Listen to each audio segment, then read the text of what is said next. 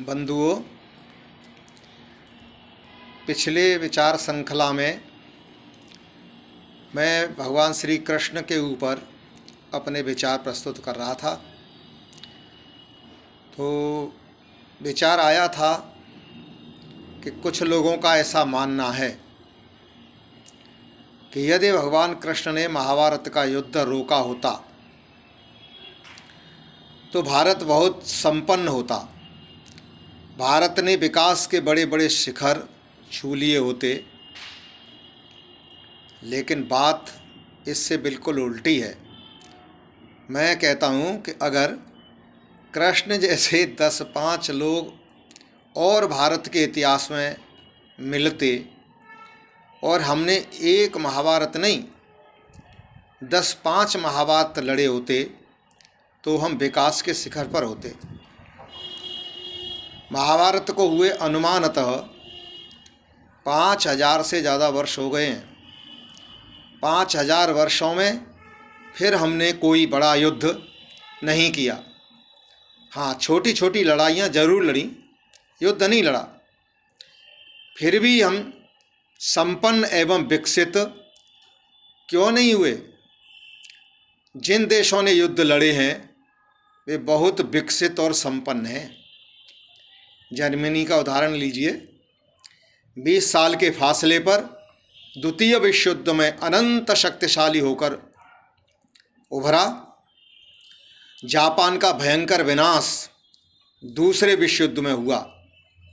परमाणु युद्ध तक की चोट झेली। पर आज महाभारत के बाद जो सुस्ती इस देश में आई उसके कारण देश को बहुत हानि उठानी पड़ी। कृष्ण युद्धवादी नहीं थे, लेकिन युद्ध को भी जीवन के खेल का हिस्सा मानते थे। किसी को मिटाने की तमन्ना नहीं थी, किसी को दुख देने का ख्याल नहीं था। युद्ध न हो उसके सारे उपाय उन्होंने कर लिए थे, लेकिन जीवन को सत्य और धर्म की कीमत पर बचाने के लिए वे कतई राजी नहीं थे। जीवन को बचाने के लिए ही तो हम युद्ध नहीं करते, लेकिन युद्ध टलने से ही जीवन को नुकसान पहुंच रहा हो तो फिर शांति का क्या अर्थ रह जाता है? यह थी कृष्ण की नीति। ऐसी स्थिति में पूर्ण शांति के लिए एक पूर्ण युद्ध होना ही चाहिए। कृष्ण न युद्ध से भयभीत हैं और न पलायनवादी हैं। कृष्ण कहते हैं कि युद्ध न हो तो ठीक, लेकिन युद्ध हो तो भागना ठीक नहीं है। मनुष्य के मंगल के लिए यदि युद्ध अनिवार्य हो जाए तो ऐसे युद्ध को आनंद से स्वीकार करना ये ठीक है। उसे बोझ मानकर ढोना भी ठीक नहीं है। जो सिर्फ रक्षा के लिए युद्ध में जाएगा उसकी हार भी सुनिश्चित है, क्योंकि कृष्ण के लिए लड़ना भी एक आनंद की बात है। यदि युद्ध से शुभ फलित होता हो तो कृष्ण इसकी इजाज़त देते हैं। हमारी इस शांति नीति के कारण हम 1000 वर्ष तक गुलाम रहे। कौन खतरा मोल ले? चलो, चल रही है जीवन की गाड़ी मंथर गति से। इसी भाव के कारण न हम कभी एक हुए न संगठित हुए। हम लोग भीरू एवं कायर बन गए। चंद मुसलमानों ने यहाँ आकर के राज जमा लिया, मुट्ठी भर अंग्रेजों ने यहाँ पैर पसार लिए। वस्तुतः हम एक डरी हुई कौम हो गए। और जो कौम मरने से डर जाए, युद्ध से डर जाए, संघर्ष से डर, विपत्तियों और कष्टों से डर जाए, वह कौम बहुत गहरे में जीने से भी डर जाती है। तो हम जीने से भी डर गए हैं क्या? हमने कृष्ण को यदि समझा होता तो हम इस तरह नपुंसक न हो गए होते। हमारी अहिंसा के पीछे हमारी कायरता छिपकर बैठ गई। हमारी धर्मनिरपेक्षता के पीछे धर्म विहीनता का भाव हो गया। मान लें हम न लड़ें तो क्या युद्ध रुक सकता है? ओम शांति के अनुष्ठान से क्या पंजाब, कश्मीर आदि के आतंकवादी शांत हो जाएंगे? हमारे शांति प्रयोगों से क्या पाकिस्तान का युद्धोन्माद उतर जाएगा? हम ही लड़ें जरूरी नहीं, युद्ध थोपा भी जा सकता है। अतः कृष्ण का संदेश बिल्कुल स्पष्ट है। और अर्जुन से कहते हैं क्लेब्यम मा स्म गमः पार्थ नई तत्युपपद्यते। अर्जुन से कहते हैं कि पार्थ कायर मत बन। यदि तुम्हें शांति बनाए रखनी है तो तुम्हें युद्ध की सामर्थ्य रखनी होगी, और तुम्हें युद्ध जारी रखना है तो तुम्हें शांति में युद्ध की तैयारी करनी पड़ेगी। कृष्ण की बात समग्र जीवन की बातें हैं। उनकी दृष्टि न शांति को छोड़ने की जरूरत है और न युद्ध को छोड़ने की जरूरत है। युद्ध कोई एक देश का दूसरे देश से या एक कौम का दूसरे कौम से ही हो, ये भी जरूरी नहीं है। युद्ध तो प्रकृति से भी लड़ा जाता है। हमने युद्ध नहीं लड़ा, अतः हम विज्ञान में भी पिछड़ गए। कृष्ण चतुर्दिक युद्ध की बात करते हैं। उनके कहने का सीधा सा स्पष्ट संकेत है कि हम चतुर्दिक यदि विकास चाहते हैं तो हमें चतुर्दिक संघर्षों से हमें युद्ध करना ही पड़ेगा और हमें अपनी सामर्थ्य सिद्ध करनी ही पड़ेगी।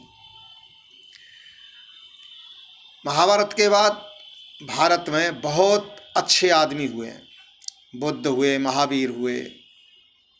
इनकी अच्छाई की कोई सीमा नहीं है, पर इनकी श्रेष्ठता के प्रभाव में देश सिकुड़ गया, हमारा चित्त सिकुड़ गया, और उस सिकुड़े हुए चित्त पर सारी दुनिया ने आक्रमण कर दिया। सब हमारे ऊपर टूट पड़े। हमारी कमजोरी ने आक्रमण को आमंत्रित कर दिया। जब हम किसी को मारते हैं तभी हम मारने के उत्तरदायी नहीं होते। जब हम मार खाते हैं तब भी मार खाने के लिए हम स्वयं ही जवाबदार होते हैं, जिम्मेदार होते हैं।